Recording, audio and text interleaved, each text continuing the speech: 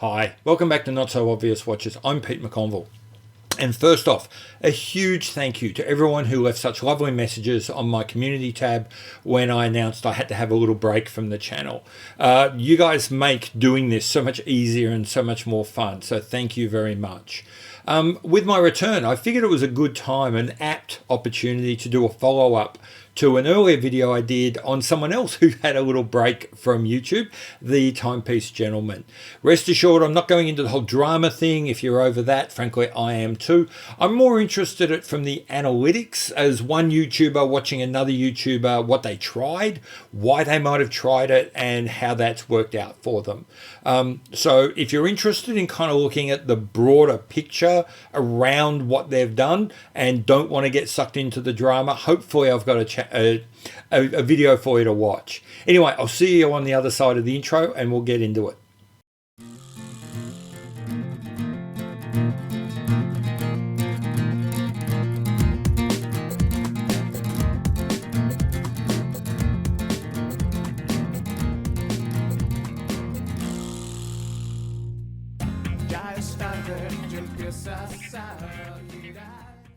Okay, so in case you've been living under a rock, a really quick catch up. A couple of weeks ago, Timepiece Gentleman, one of the fastest growing YouTube channels, a watch dealer slash YouTuber, giving us a behind the scenes, down and dirty, gritty look at the day-to-day life of a watch dealer, just was exploding. They were, as I say, one of the fastest growing channels on in our little niche, and suddenly, bang, they went dark. Their website went down, or their Instagrams went down. They stopped answering phones, WhatsApp messages, everything. The YouTube channel stayed up, but that was about it. There was almost certainly a seeded story saying that they'd skipped town and run off and cops were looking for them and there were lawyers coming out. Almost all of that was staged. Now, about half of you, I would say, were thinking that this was the end game of a scam, that they'd done a runner and taken off to like somewhere else with millions of dollars of watches. The other half of you, and to be frank, I think probably all of the media, felt that this was an utter sham, that this was a total stunt. As it turned out, the YouTube producers, the creators, and that half of the audience was right, and all of you who thought that this was clearly a crim, returning to his old ways and running off with money, were proven to be utterly wrong. My personal take was that this was most likely a stunt that was only expected to go for a few days, but they almost certainly cocked up something and it ended up getting extended. They have come back and done and everything I've seen since their comeback reinforces in my mind my view that they always intended this to be a short-term stunt, but they completely messed up the execution. They probably still haven't got it entirely right. And yeah, their chaotic management has let their fundamental feeling about how to manage the media side down. That media management side is an interesting question. It raises, what were they thinking? Why did they go this way? And I'm a little bit annoyed at myself because I should have done this. I should have looked at this resource even before I did my last video. And that resource is Social Blade. Social Blade is it's a web source analytics analyzer that sucks down data from Instagram and YouTube and a whole bunch of other sources and gives you a lot of information around channels, where they're going, how they're going, viewer numbers, subscriber numbers, etc. And if you look at what was going on with the Timepiece Gentleman, you actually see a bit of a trend. If we look overall at their subscriber and view numbers, you see steady, solid growth. But if you look a bit more carefully, what you'll notice is at about May, the line starts to go very flat. That means that they are still growing, but they're growing very, very slowly. If we look at another chart, what you can see is peak growth for these guys really hit and went in April, May. After that period, they were having this like meteoric rise sometime around April, May, but June, it fell off drastically. it's almost like they'd sucked everyone in that really liked what they were doing and had hit their wall. They clearly thought at this point that they needed something else. They needed something to break them out of that malaise and push them to the next level, push them potentially out of the watch space and out into the rest of the world. In a way, they got what they wanted. They were certainly being spoken about outside of just our little community. There were accounting vlogs and a whole bunch of other people talking about what they were doing, but it didn't work for them.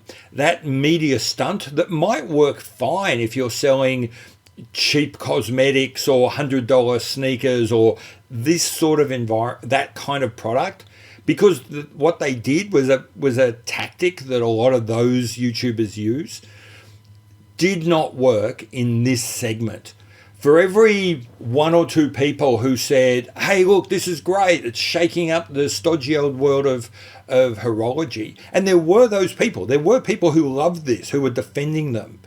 But for every one of those, there were 10 people who were either adamantly against it or at least lukewarm and not really liking it very much. And we see that in where we are right now.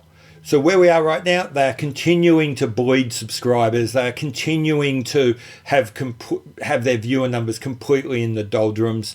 They made a comeback video which lasted on YouTube for a couple of hours, I believe, before it had to be pulled.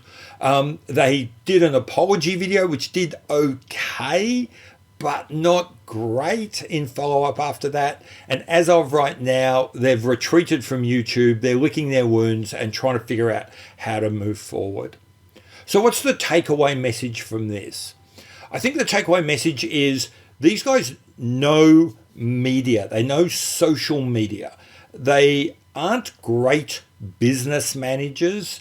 And what happened here was media and their media sides and their watch sides had worked well with each other, had complemented each other right up until May, June. But in June, they clearly came up with an idea coming from the media side, the social media side, to replay a stunt which has been done before, the whole go dark, not let anyone know what you're doing, and totally misunderstood that in this environment, in the watch environment, that wasn't going to play out.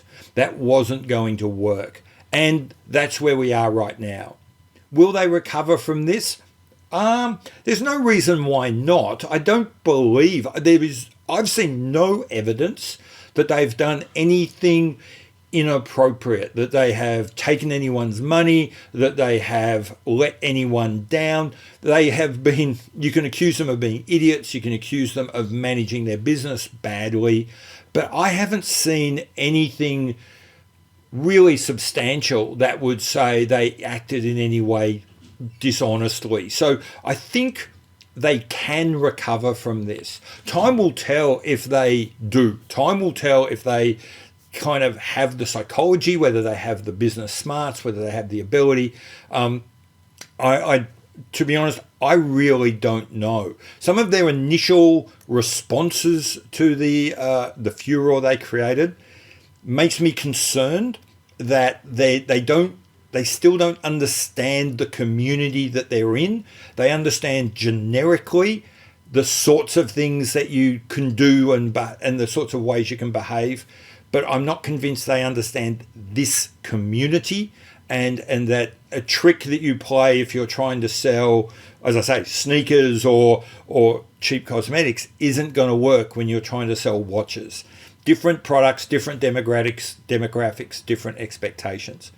As a YouTuber, I suppose the lesson I've taken out of it is there is certainly stuff that we can learn from other YouTubers, people who do what we do in other environments. Nico from Crown and Caliber has clearly, Crown and Pinion, have I got that right? I don't know. I don't really watch him because I don't like it personally.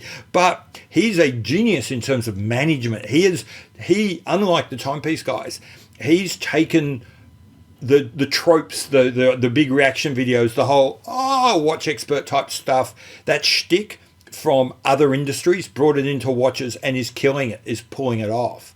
So I think what this says to me is we need to be very careful, we as YouTubers, not me with my 4,000 subs, but those guys need to be really cautious about what they do and don't use from other industries. What someone like Casey Neistat or Pete McKinnon can pull off, in photography will be great for what we do, but not a perfect fit. What those thousands of sneakerhead guys do will inform us, but not be a perfect fit.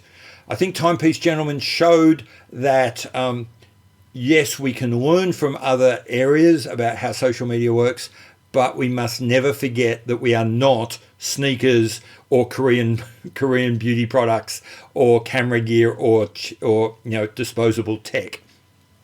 This is a different environment. Anyway, that's been my take on this. I hope I haven't let any of you down. I hope I didn't let any of the drama side get in and overtake it. What other lessons do you think we, the watch community, we watch YouTubers and content creators could draw from where the Timepiece Gentlemen have gone and taken us? What do you think they can come back? What do you think it would take? Do you think that they've run their race? Is it perhaps that having done the couple of videos they've already done, there's nothing new to show us? Are they over, not because we won't forgive them, but because they've got nothing else to say? I'm interested in your thoughts. Stick them in the comments below. Thank you again for your understanding. I've been Pete McConville. This has been Not So Obvious Watches, and I'll be back on normal transmission as of now.